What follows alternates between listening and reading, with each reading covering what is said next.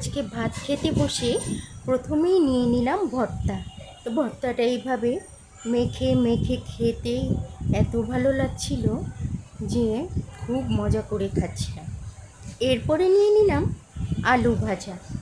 আলু ভাজাটাও খুব মজা। তো প্রথমে আমার লেবু নিতে মনেই ছিল না, এখন মনে হওয়াতে লেবু নিয়ে নিলাম এক টুকরো।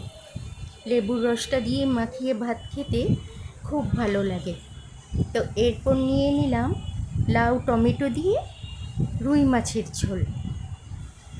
তো লাউ তরকারিটাও মজা হয়েছিল, লেবুর রস মাখিয়ে মাছটা দিয়ে খাচ্ছিলাম। আর রুই মাছটা এত মজা লাগছিল না যে কী বলবো, আমি খুব মজা করে খাচ্ছি। আর লেবুর খোসাতে এভাবে যে লবণ মেখে কামড় দিয়ে খেতেও ভালো লাগে, কিন্তু আজকের খোসাটা একটু বেশি তিতা ছিল, তাই এক কামড় খেয়ে আর খেলাম না। আমি মাছটাই খাচ্ছিলাম খুব মজা করে। রুই মাছটা বেশ ফ্রেশ ছিল, তাই এত স্বাদ লাগছিল।